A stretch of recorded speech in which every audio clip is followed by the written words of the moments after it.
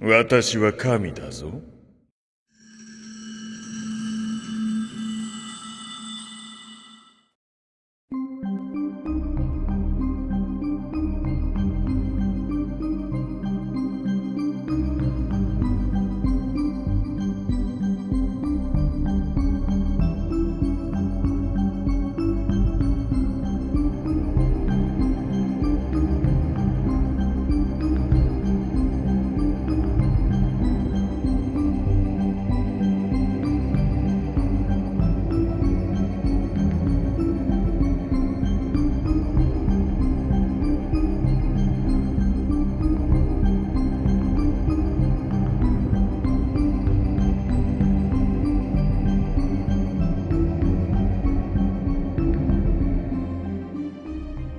Alors, qu'est-ce que tu dis de ça? C'est surprenant, non? Il n'en existe qu'un seul exemplaire sur toute la planète. Il ne peut être contrôlé que par moi.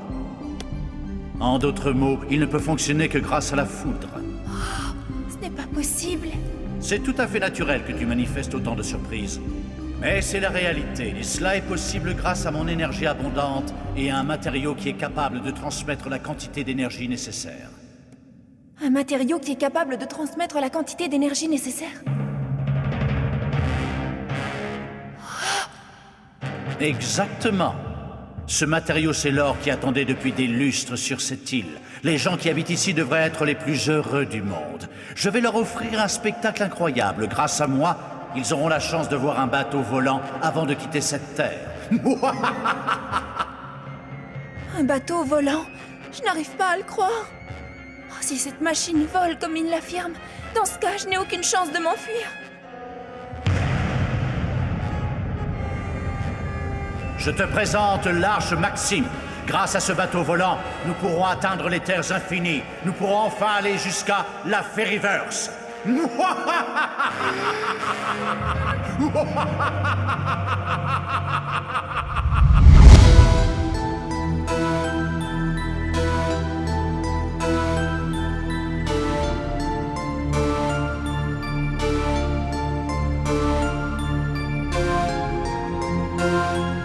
Pour achever cette rétrospective de Skypiea, on va maintenant entrer dans le cœur du sujet et s'intéresser à l'ultime projet d'Ener, celui qui doit lui permettre d'atteindre la Lune, l'Arche Maxime.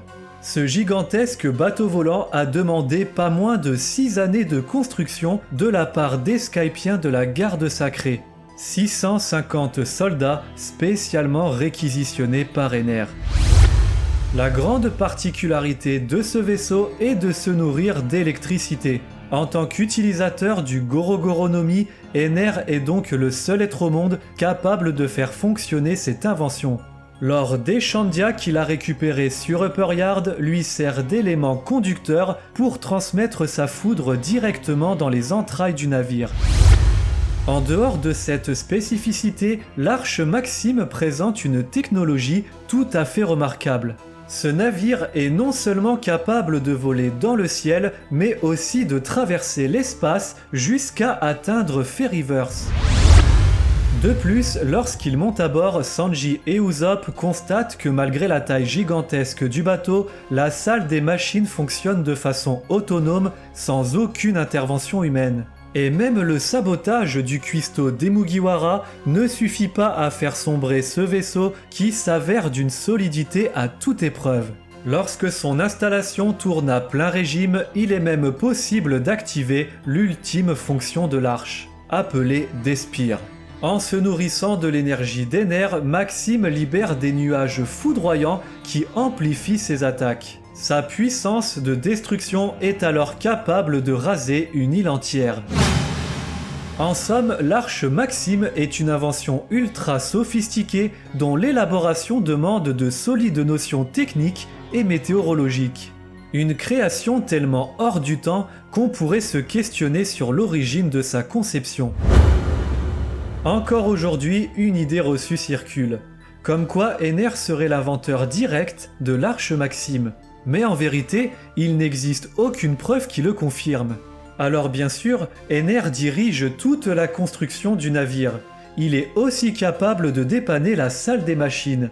et effectivement, il dit lui-même qu'il a étudié tous les mécanismes et circuits du vaisseau. Mais connaître tous les dispositifs de cette invention n'en fait pas pour autant d'Ener le concepteur direct, d'autant plus qu'il n'a jamais été présenté comme étant un inventeur.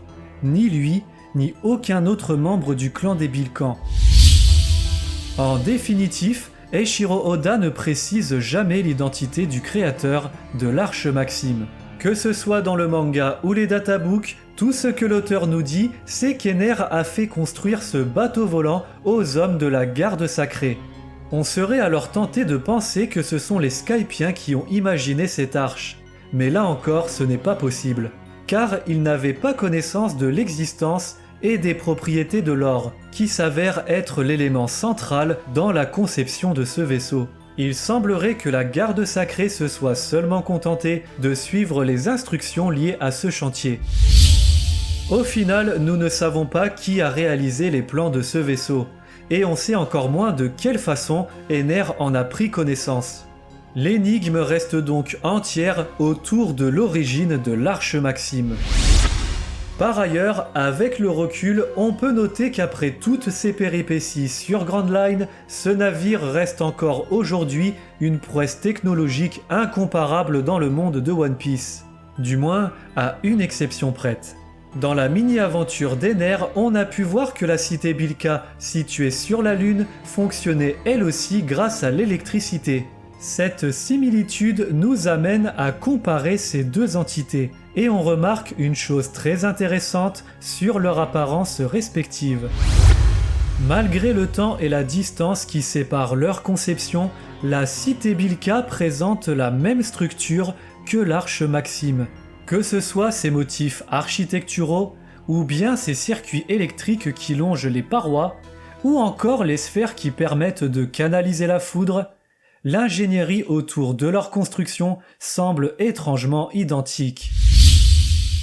Mais comment cela est-il possible ? Nous reviendrons sur cette question un peu plus tard. En attendant, ce simple constat constitue la première clé de compréhension des peintures antiques. En effet, le lien entre la cité Bilka et l'Arche Maxime nous apporte plusieurs révélations majeures autour d'Ener et de son histoire, à commencer par son fruit du démon.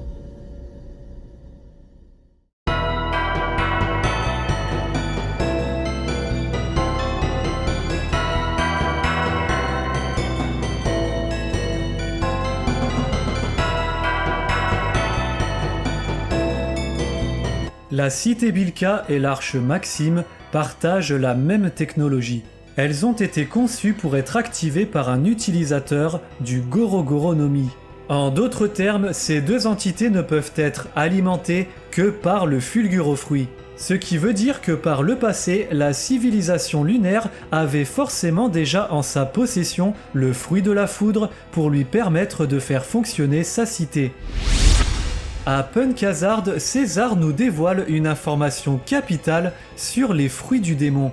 Lorsqu'un utilisateur de fruits du démon perd la vie, son pouvoir se transfère automatiquement au fruit ordinaire le plus proche. César va justement tirer profit de ce phénomène pour récupérer le fruit de l'axolote à la mort de Smiley. Grâce à cette méthode, il est donc tout à fait possible de transférer le pouvoir d'un fruit du démon d'un individu à un autre de façon contrôlée au cours du temps.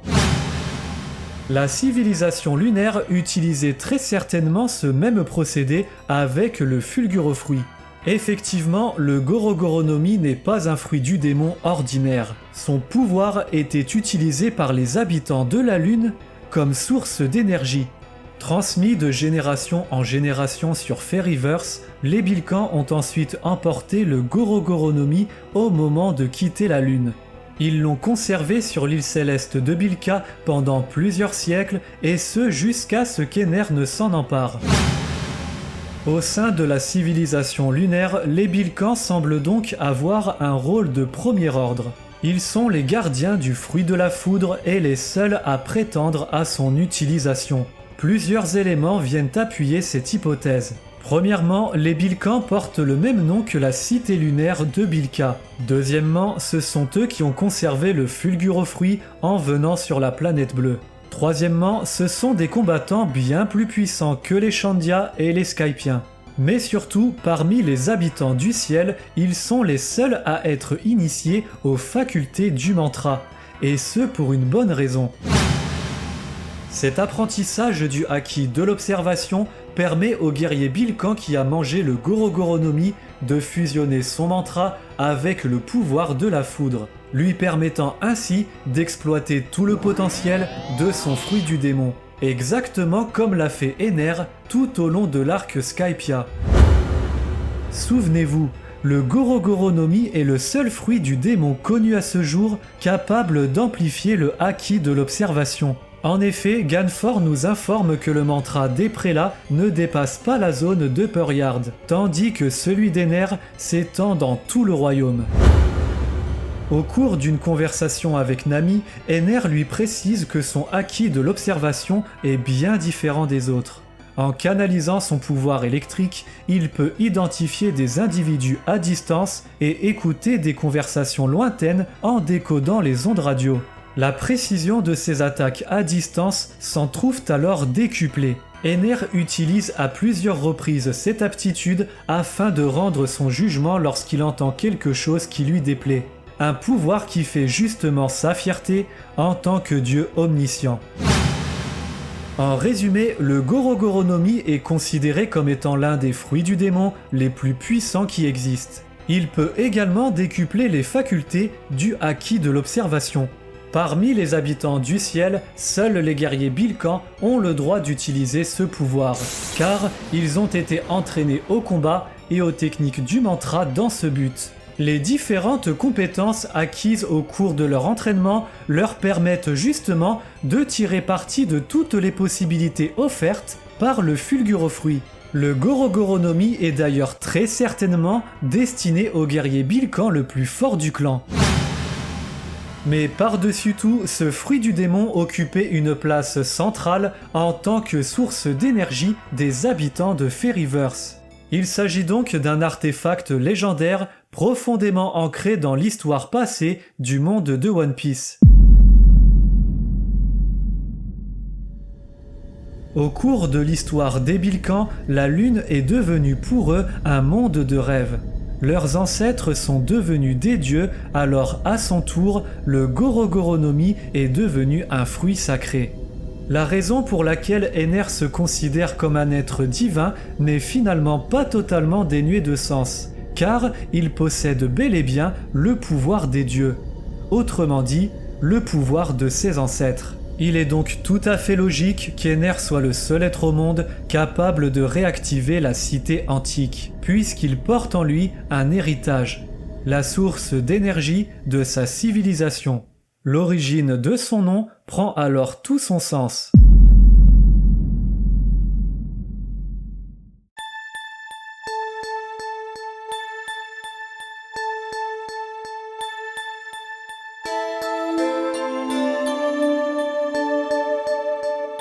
Pour transmettre l'énergie de son fruit jusqu'à son arche, Ener a besoin d'une immense quantité d'or. Sur Skypia, ce matériau nous est présenté comme étant le plus adapté pour canaliser le pouvoir du Gorogoro no Mi. Puisque la cité Bilka fonctionne sur le même principe que l'arche Maxime, alors elle a forcément elle aussi été construite avec une importante quantité d'or. Ce qui veut dire qu'il y a aussi de l'or sur la Lune. Et ce matériau était sans doute utilisé par les habitants afin d'activer leur cité. Cette information nous révèle quelque chose de très intéressant. On sait que les Shandia sont originaires de Fairyverse et nous venons de démontrer que la cité lunaire est elle-même composée d'or. On peut alors en déduire que l'or des Shandia provient également de la Lune. Au cours de leur émigration, les Shandia ont emporté avec eux une partie de l'or qui se trouvait sur la Lune afin de fonder leur cité sur l'île de Jaya.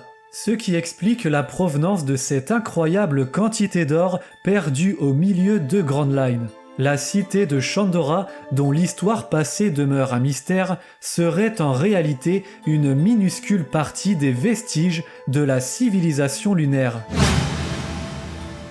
Tout comme les Bilkans sont les gardiens du Fulgurofruit, la source d'énergie de la cité lunaire, les Shandia sont quant à eux les gardiens de l'or, qui n'est autre que le matériau capable de faire circuler cette énergie. Le fait que les Shandia possèdent la matière parfaite pour s'associer au Gorogoronomi d'Ener n'a finalement rien d'une coïncidence. Bien au contraire, puisque ces deux éléments faisaient partie de la culture commune de leurs ancêtres lorsqu'ils vivaient sur la Lune. En plus de pouvoir concentrer la puissance du fulgurofruit, les possibilités offertes par l'or sont multiples.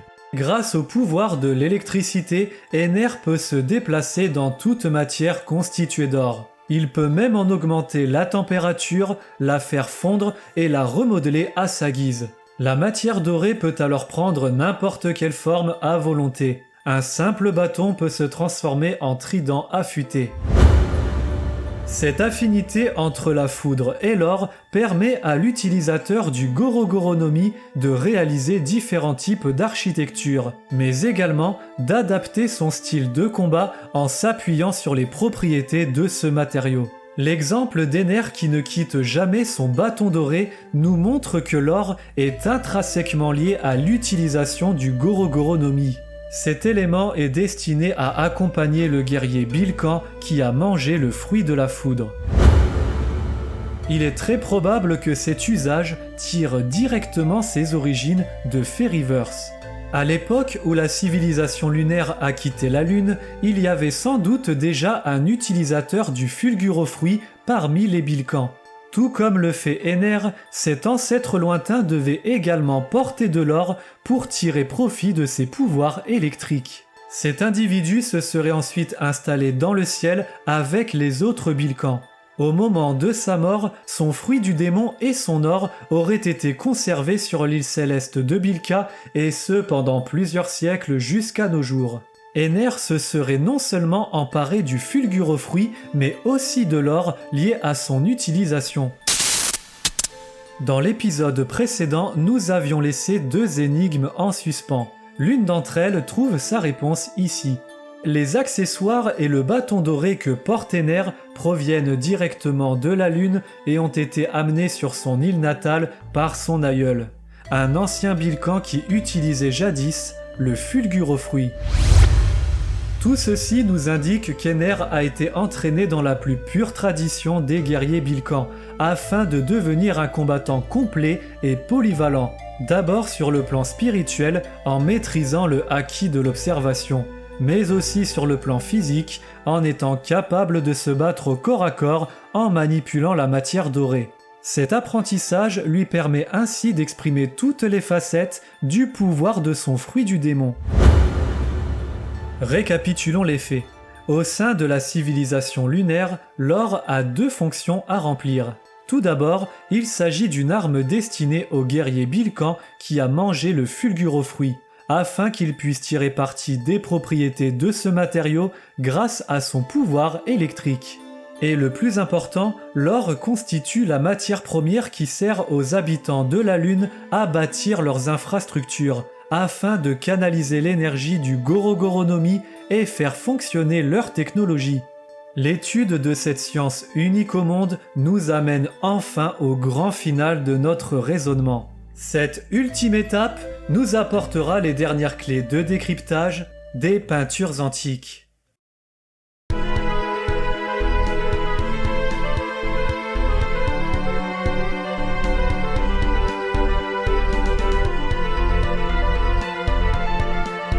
Après le fulgurofruit et l'or, c'est maintenant au tour de l'arche Maxime de nous dévoiler ses secrets. L'origine de ce vaisseau n'a jamais été révélée. En revanche, nous avons constaté que son fonctionnement est en tout point identique à la cité Bilka. Tous les deux fonctionnent grâce à l'énergie du fulgurofruit et aux propriétés de l'or. Ces deux inventions étant uniques dans le monde de One Piece, il apparaît clair que l'arche Maxime serait finalement, tout comme la cité Bilka, une création de la civilisation lunaire qui daterait de plusieurs siècles en arrière. Les plans de ce navire auraient alors été conçus sur Fairyverse, puis emportés par les Bilkans sur leur île céleste avant de tomber entre les mains d'Ener. Comme ce fut le cas pour la mémoire de leurs ancêtres, on peut supposer que les Bilkans ont oublié la provenance et la fonction de ce navire au cours du temps. Fasciné par les légendes autour de la Lune, Ener aurait alors découvert les plans de ce mystérieux bateau volant, voyant en lui un moyen de réaliser son rêve. Atteindre les terres infinies de Fairyverse.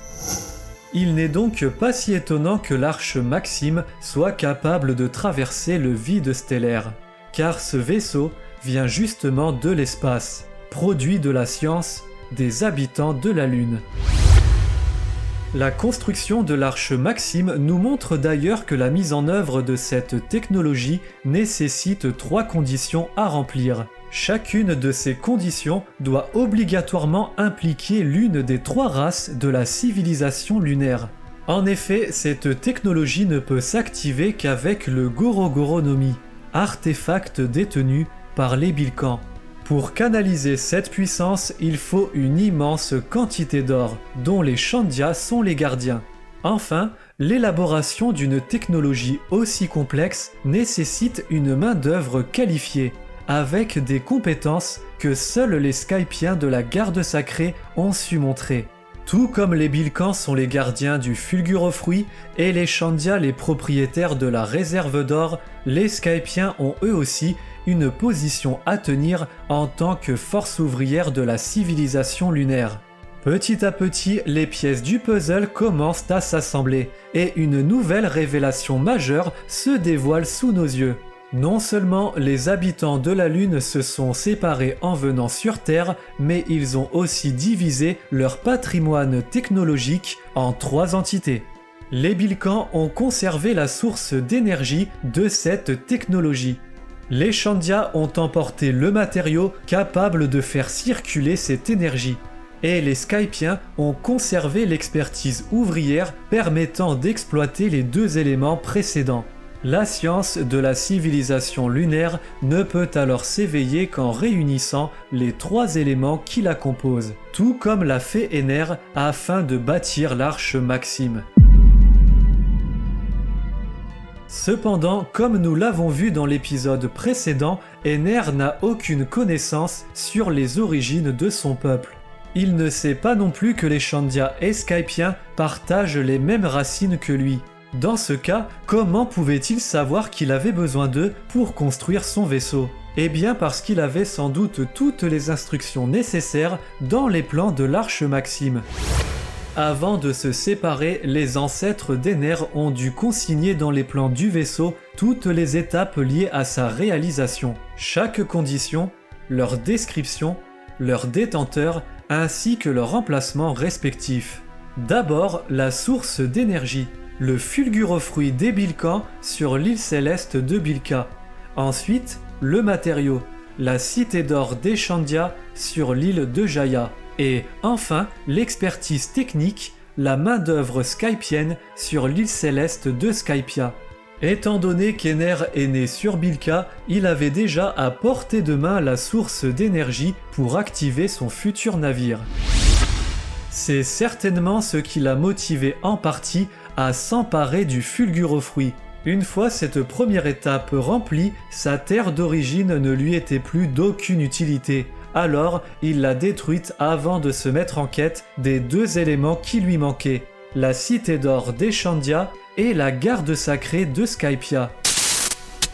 Ce raisonnement nous permet de répondre à la seconde énigme laissée en suspens dans l'épisode précédent. Si Ener connaissait l'existence et la localisation de Chandora, bien qu'il vivait sur une île céleste lointaine, c'est probablement parce que cette cité était mentionnée dans les plans de l'Arche Maxime. Comme l'île des Shandia a été propulsée dans le ciel, cela a grandement facilité la tâche à Ener, car les 2 éléments qui lui manquaient étaient finalement réunis au même endroit, sur l'île céleste de Skypia. On sait par l'intermédiaire de Ganfor qu'Ener et ses sujets sont arrivés sur Skypia directement depuis Bilka. Ce qui veut dire qu'il existe des routes célestes et des réseaux de communication entre ces 2 îles. Ainsi, même s'ils ne vivaient pas sur Skypia, les Bilkans étaient forcément au courant de la présence des Shandia et de leur territoire dans le ciel. D'autant plus que leur terre faisait l'objet d'une guerre céleste contre les Skypiens depuis 400 ans. Et comme l'or des Shandia était mentionné dans les plans de l'Arche Maxime, il ne faisait aucun doute que leur cité se trouvait quelque part sur Upper Yard. Ener l'a bien compris et s'est donc mis en quête du précieux matériau, pour finalement le trouver dans les nuages après plusieurs mois de recherche. Au préalable, en arrivant sur Skypia, il réquisitionne la garde sacrée et leurs compétences ouvrières afin de commencer la construction de son vaisseau. De cette façon, toutes les conditions étaient remplies pour que la technologie de la civilisation lunaire puisse s'éveiller. Lorsque Ganfor était encore Dieu, on pouvait apercevoir sur les murs de son domaine le symbole de son règne, rappelant la croix des Templiers dans le christianisme. Mais une fois chassé par les Bilkans, ce symbole fut remplacé par l'emblème du régime d'Ener, le Mitsu Tomoe. Issu de la culture japonaise, plusieurs lectures lui sont associées, comme l'éternel recommencement, la représentation d'un cycle immuable ou encore la complémentarité. Un symbole qui s'inscrit parfaitement dans l'ADN de la civilisation lunaire. 3 entités indissociables formant une trinité parfaite, dont la réunion permet de dévoiler la science de Fairyverse.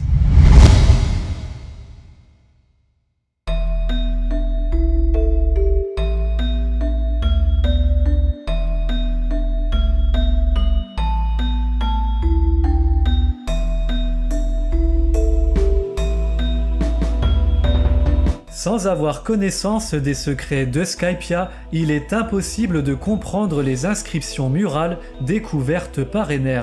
La route fut longue, mais désormais nous avons toutes les cartes en main pour les décoder. La première peinture est la plus subtile et complexe à décrypter, mais sans même nous en apercevoir, nous l'avons d'ores et déjà déchiffrée. Car sa lecture n'est ni plus ni moins que la confirmation de toute notre analyse jusqu'ici. Commençons par la partie droite. Le représentant des Shandia se tient devant une table d'opération sur laquelle est allongé un automate. Il tient de l'or dans sa main droite qu'il s'apprête à insérer dans le corps du robot. En face de lui se positionne le représentant des Bilkans. Il s'agit du guerrier qui a mangé le fulgurofruit, reconnaissable au bracelet doré qu'il porte sur ses avant-bras. Une tradition qu'Ener continue de perpétuer aujourd'hui. En posant sa main sur le crâne de l'androïde, il lui insuffle l'énergie électrique qui sera canalisée par l'or du Shandia, permettant ainsi l'activation de l'automate. Enfin, la partie gauche se concentre sur le représentant des Skypiens. Tel un guide menant son armée, il est positionné en avant des petits robots et tient un bâton dans sa main droite. Les formes circulaires à son extrémité rappellent l'apparence des dials. Ce sceptre symboliserait alors le savoir-faire du peuple skypien, bâtisseur de la cité lunaire, des dials et des automates. Ces derniers ont justement été conçus avec des ailes montantes à l'image des Skypiens. Les androïdes réveillés par Ener dans la cité antique ont donc été créés par ses ancêtres. La méthode de construction s'avère identique à celle de l'Arche Maxime. Elle respecte la répartition technologique entre les 3 peuples de la Lune. Le matériau des Shandia, l'énergie des Bilkans et l'expertise des Skypiens. Cette première peinture nous illustre donc la création des automates grâce à la technologie des habitants de la Lune. En prenant du recul sur le dessin, on constate que les personnages se tiennent sur le pont d'un bateau volant. En effet, sur le côté gauche de l'image, on aperçoit l'entièreté de la proue d'un navire semblable à celle de l'Arche Maxime. À son bord, juste au-dessus de la table d'opération, on distingue également une sphère de foudre identique à celle que l'on trouve sur le navire d'Ener. Nous constatons alors que ses aïeuls voyageaient déjà à bord d'un bateau volant fonctionnant grâce à l'énergie du Gorogoro no Mi. Comme le stipule le 4e databook, cette illustration présente le mode de vie des habitants d'autrefois lorsqu'ils vivaient en paix sur Fairyverse. La cité Bilka était encore prospère et sa civilisation utilisait une technologie unique et très avancée. En définitif, cette première fresque représente l'apogée de la civilisation lunaire. D'après les informations de Robin sur Skypia, nous savons que Chandora était au sommet de sa prospérité il y a plus de 1100 ans. En parallèle, les découvertes d'Ener nous permettent de comprendre que cette grandeur passée n'a pas eu lieu sur Terre, mais sur la Lune, au sein même de la cité Bilka. On peut supposer que la chute de Chandora il y a 800 ans, durant le siècle oublié, fait en réalité référence à l'épuisement des ressources naturelles de la Lune lorsque les habitants se sont exilés sur la planète bleue. Cette période de l'histoire est justement le sujet de la seconde peinture. La scène en question semble se dérouler sur Terre. Sur la partie supérieure, on aperçoit un motif rappelant le soleil. En bas à droite, on devine les vagues de l'océan et des animaux marins. Par déduction, le dernier dessin situé à gauche de la mer, sur lequel se tiennent les habitants du ciel, symbolise très certainement la fertilité de la verse. On aurait donc une représentation du ciel, de la mer et de la terre sur la planète bleue. En face des habitants du ciel, on retrouve les automates à bord d'un vaisseau céleste. La disposition des personnages et l'expression de leur visage montrent une séparation douloureuse. D'un côté, on retrouve les habitants de la Lune qui s'installent sur la planète bleue, et de l'autre les robots sur leur vaisseau, laissant leur créateur sur Terre avant de repartir pour la Lune. Nous savons que les androïdes et le bateau volant symbolisent la connaissance et le savoir-faire de la civilisation lunaire. Cette illustration nous indique alors qu'au moment de son émigration, les habitants de la Lune se sont séparés à contre-cœur de leur technologie en la laissant sur Fairyverse. Après plusieurs siècles de sommeil, c'est finalement Ener qui réveillera ce savoir enfoui. On comprend mieux pourquoi les automates acceptent aussi facilement Ener comme nouveau maître. C'est parce qu'ils reconnaissent en lui le pouvoir de ses ancêtres. Cette seconde peinture illustre donc cette fois-ci l'effondrement de la civilisation lunaire qui a eu lieu il y a 800 ans. Les fresques antiques sont donc une représentation des deux périodes majeures de l'histoire des habitants de la Lune. D'abord leur apogée sur Fairyverse, puis leur effondrement qui les conduira sur la planète bleue.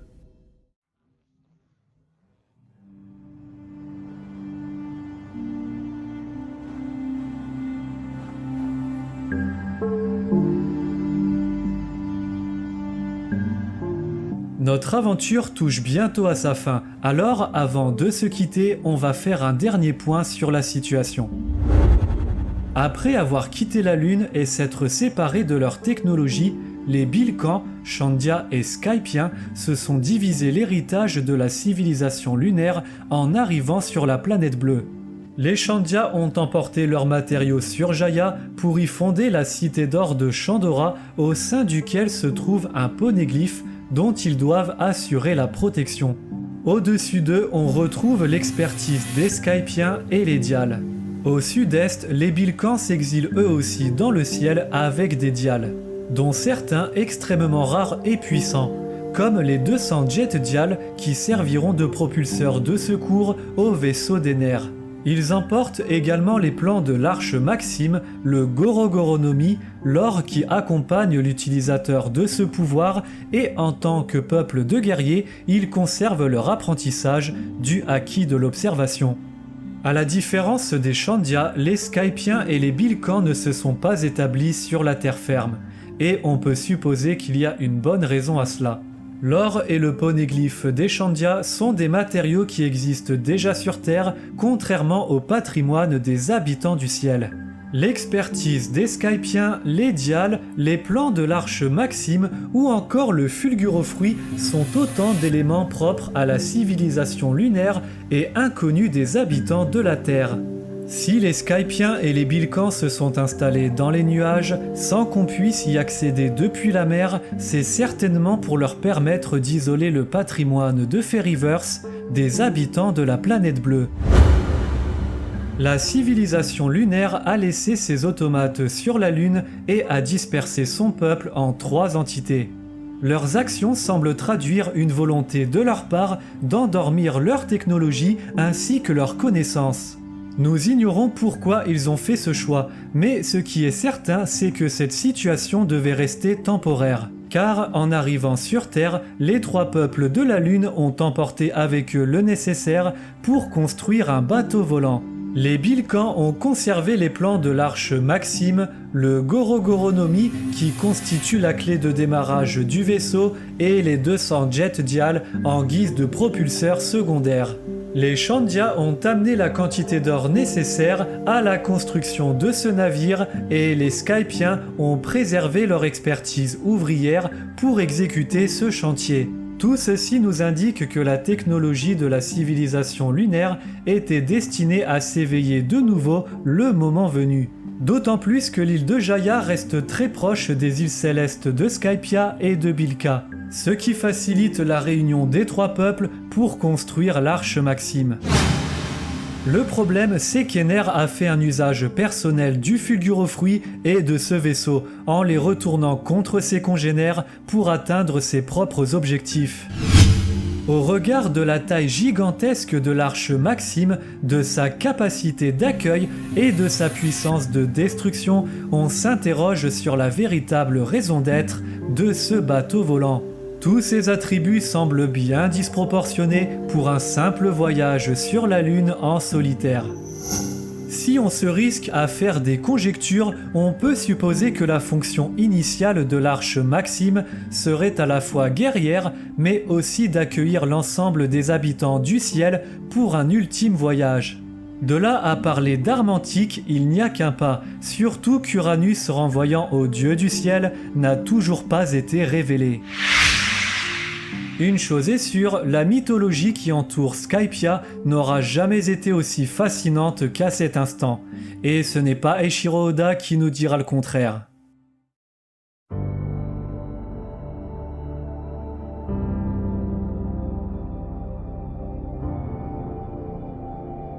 En août 2020, au cours d'un entretien accordé dans les locaux du Shonen Jump, l'auteur révèle ses 3 moments favoris dans l'histoire de One Piece. L'ouverture de l'arc du Pays d'Ewa, l'arrivée des Mugiwara sur l'archipel Shabondi et la scène finale du feu de camp de Skypia. Concernant cette dernière, Oda ajoute qu'il a raconté cet arc en partie pour cet instant. Maintenant qu'on en sait plus sur l'origine des habitants de Skypia, cette scène a aujourd'hui une résonance toute particulière. Pendant 400 ans, l'île céleste fut le théâtre d'affrontements entre les Chandia et les Skypiens. Puis, sous la directive d'Ener, les Bilkans se sont mêlés au conflit pendant 6 années. Tandis que leurs ancêtres partageaient une terre infinie au-dessus de leur tête, l'ironie du sort a voulu que les habitants du ciel se livrent un combat fratricide pour s'approprier une minuscule parcelle de Verse. La scène du feu de camp de Skypia est lourde de sens, puisqu'elle marque la fin de la guerre et la réconciliation. Par le passé, la séparation s'est faite dans la douleur sur les terres arides de la Lune, alors qu'aujourd'hui, les retrouvailles ont lieu sur un sol fertile, dans un esprit de partage et d'amitié. Cette civilisation qui porte en elle depuis toujours la blessure profonde de la perte de ses racines a enfin trouvé un endroit auquel se rattacher. De par ses actions, Ener cristallise le traumatisme de son peuple en ayant détruit l'île céleste des Bilkans, le village des Chandia et Angel Island où vivaient les Skypiens. Mais paradoxalement, il porte également sur ses épaules des siècles d'histoire.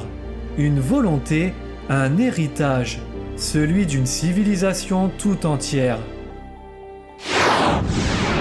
Écoutez tous, Les raisons de votre combat sont bien plus profondes que vous ne pensez. Réfléchissez un peu. Vous êtes nés dans le ciel et pourtant vous n'êtes pas des nuages. Vous vivez dans les airs mais vous n'êtes pas des oiseaux. Un pays dans le ciel. Il est évident que cela va à l'encontre de la nature. La terre, les hommes, chacun a des racines, un endroit auquel se rattacher. Et bien sûr, il en va de même pour Dieu. Tout comme son peuple, Ener s'inscrit lui aussi dans la recherche d'une terre à sa mesure à travers sa quête de Fairyverse. Pour concrétiser ce projet, il s'est emparé du pouvoir des Bilkans, du matériau des Chandia et a exploité les Skypiens pour construire l'Arche Maxime. Il a réveillé la technologie de ses ancêtres, aussi bien sur Terre que sur la Lune, et il est le seul être au monde capable de la manipuler. Le fruit du démon qu'il porte en lui étant un artefact légendaire profondément lié à l'histoire passée du monde de One Piece. Ce constat donne encore plus de poids et d'importance au personnage d'Ener. Alors forcément, il se pose la question de son rôle dans la suite du récit.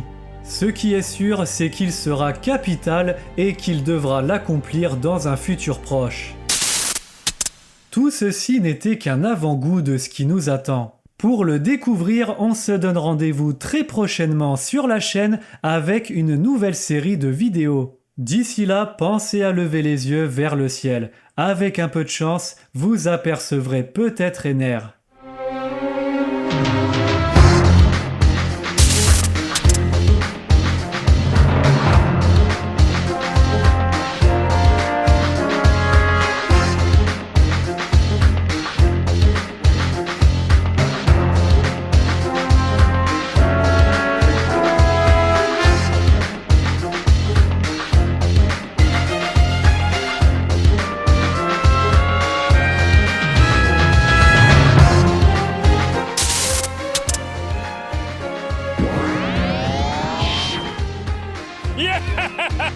Subarashi!